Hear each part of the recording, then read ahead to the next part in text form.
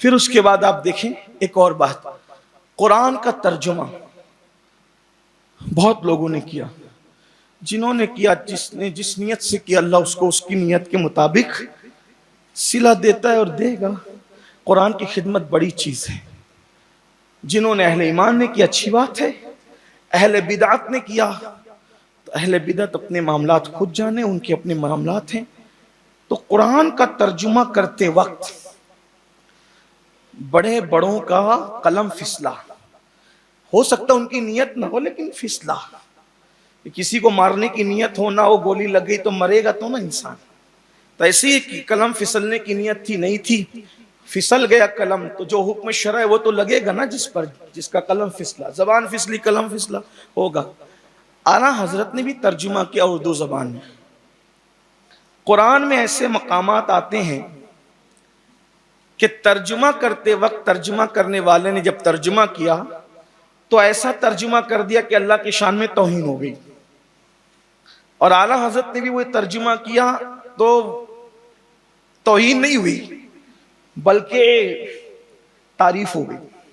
भाई कुरान तौहीन के लिए तो नहीं आया था ना अल्लाह रसूल की, वो तो तारीफ ही के लिए आया था। जैसे एक रिवायत, एक मैं मिसाल देता हूं आपको, तवज्जो करना।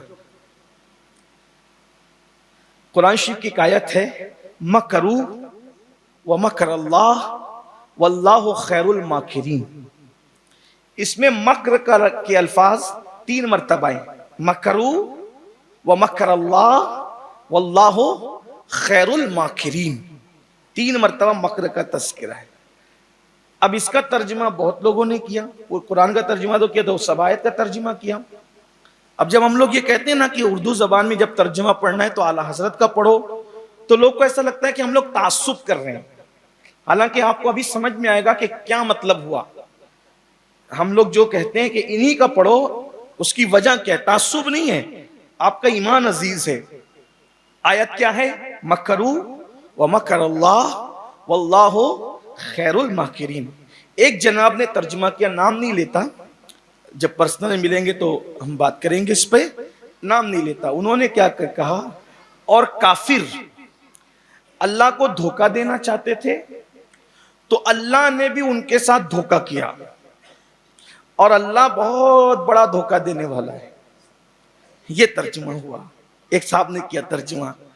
अब इस तर्जुमे को पकड़ करके कोई उठकर खड़ा होगा हिंदुस्तान में कि तुम्हारा अल्लाह तो धोखेबाज है, माज़ अल्लाह, बोलो माज़ अल्लाह, अस्तगफिरुल्लाह। है माज़ अल्लाह का मतलब होता है अल्लाह की पनाह, अस्तगफिरुल्लाह। अब आप कहेंगे कि तू अल्लाह की शान में गुस्ताखी कर रहा है, तो बोलेगा कुरान में लिखा है ना, ये तो है वो, तो आप क्या जवाब दे पाएंगे? फिर एक जनाब ने और तर्जुमा किया, और जब काफिर अल्लाह को दगा देना चाहते थे तो अल्लाह ने भी उनके साथ दगा किया, और अल्लाह दगा देने वाला है। धोखेबाज कर दिया, एक ने कर दिया दगा। एक जनाब ने तर्जुमा किया, और काफिरों ने अल्लाह के साथ मक्र किया तो अल्लाह ने भी उनके साथ मक्र किया, और अल्लाह मक्र करने वाला है। 3 तर्जुमे हो गए। और किस किस का पढ़ूं, बहुत लंबी होगी, टाइम खत्म होता है। अब उसका तर्जुमा आला हजरत ने किया। हाँ, तर्जुमा क्या किया, और काफिर जब मक्र करना चाहते थे, और काफिर जब मक्र करना चाहते थे तो अल्लाह ने उनके साथ खुफिया तदबीर फरमाई, खुफिया तदबीर फरमाई, और अल्लाह बेहतर तदबीर फरमाने वाला है। अब बताइए कौन सा तर्जुमा आपको खूबसूरत लगता है? एक और आयत सुन लें। एक आयत है, आप सबको याद है वो आयत। कुरान कहता है, ववजदका दालन फहदा, ववजदका दालन फहदा। उसका तर्जुमा एक जनाब ने किया, और जब हमने आपको, आपसे मुराद कौन? रसूलुल्लाह है ना। और हमने, अल्लाह कह रहे हैं, हमने जब आपको गुमराह पाया तो अपनी तरफ राह दी। अब कोई उठ करके बदबख्त कहेगा कि माज़अल्लाह तुम्हारे नबी तो गुमराह थे, और देखो ये तुम्हारे कुरान के तर्जुमे, आप क्या जवाब दोगे? फिर एक जनाब ने कहा, और जब हमने तुम्हें शरीयत से बेखबर पाया तो अपनी तरफ राह दी। अब बेखबर एक ने कहा, एक ने गुमराह कहा, ठीक। और भी फिर लोगों ने बकवासें की तर्जमे में। इमाम अहमद रजा ने इसका तर्जमा ये किया, ववजदका दाल्लन फहदा, और जब हमने आपको अपनी मोहब्बत में गुम पाया, हमने जब आपको अपनी मोहब्बत में गुम, उन्होंने खुद रफ्ता के अल्फाज इस्तेमाल किए, जब हमने आपको अपनी मोहब्बत, यानी अल्लाह फरमा रहा है कि महबूब जब हमने आपको मेरी मोहब्बत में यानी खुदा की मोहब्बत में गुम पाया तो अपनी तरफ राह अता फरमाई। देख रहे हैं आप किस किस कदर। एक और आयत सुनने, वो भी आप सबको याद है, अल्हम्दुलिल्लाहि रब्बिल आलमीन। क्या मतलब हुआ?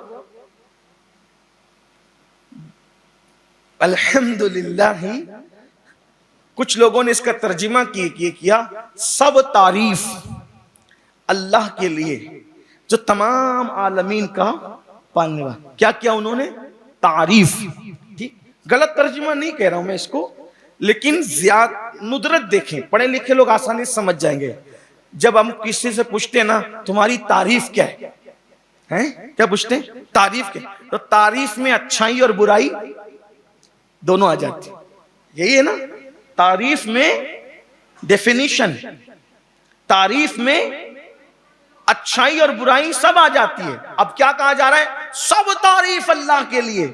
तो भाई इसमें एक एहतिमाल तो कोई पैदा हो सकता है ना, तारीफ कहा तो तारीफ में खूबी और खराबी दोनों आ सकती है। लेकिन इमाम ने जब तर्जुमा किया तो क्या किया? सब खूबियां अल्लाह के लिए, खूबियां अल्लाह के लिए, तारीफ नहीं कहा, सब तारीफ अल्लाह नहीं कहा। क्या किया? सब खूबियां, खूबियां ही खूबियां हैं, वहां तो कोई खराबी है ही नहीं, कोई ऐब है ही नहीं, नक्स है, ये चीजें हैं। तो ये इमाम अहमद रजा का इल्म है।